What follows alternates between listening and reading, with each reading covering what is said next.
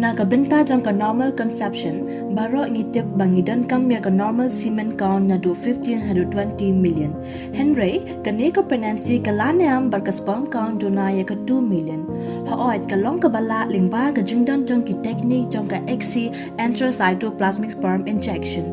Ngila banjit morphological normal sperm, but ngin ya inject ka po ka sambay jang ka female partner, bengin yo ya ka result ka babyang.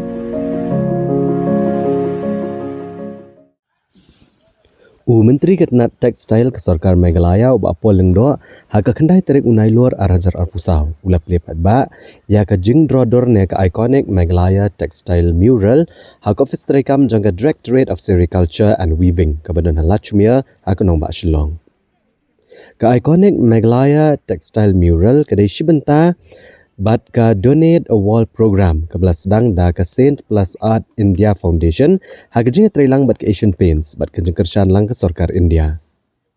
Hak ni ngesngi rengkat bat ba poleng do le don lang ru u principal secretary Ketnat Textile ki officer bat kinong tray kene Ketnat. Habakran ni ngesngi ba poleng do ulong bada kene kesenjam kalong ban penit tenat di office Sarkar. Da ke bakdo ru bakum bak jela Meghalaya kadon di jing internet aka Mariang kani kalong kesenjam ban penit tenat di jing tei hak ni ke jela.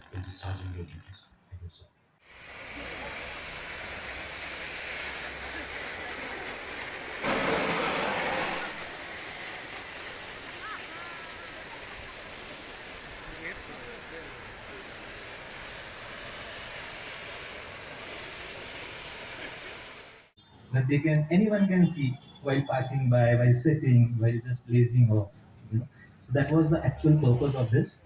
This is the second project we are doing under Donator Wall scheme in collaboration with Asian Paints. The first one at DC office, which we have done with an artist, with the help of the artist from Shillong itself, Matthew Pathau. And this is the second one. The artist's name is Siddharth Gohil Khadra. So he did the design and he executed it along with few assistants, and we are feeling very honored to get associated with such a beautiful state like Meghalaya, where you have such a rich and priceless heritage and culture. So it is not, earlier I used to feel that we are giving something to society, to Shillong, but now I feel that I am taking so many things from Shillong, knowing about different arts and tribal culture you have, the people, the festivals. So we are feeling very enriched. Thank you so much for giving us the opportunity.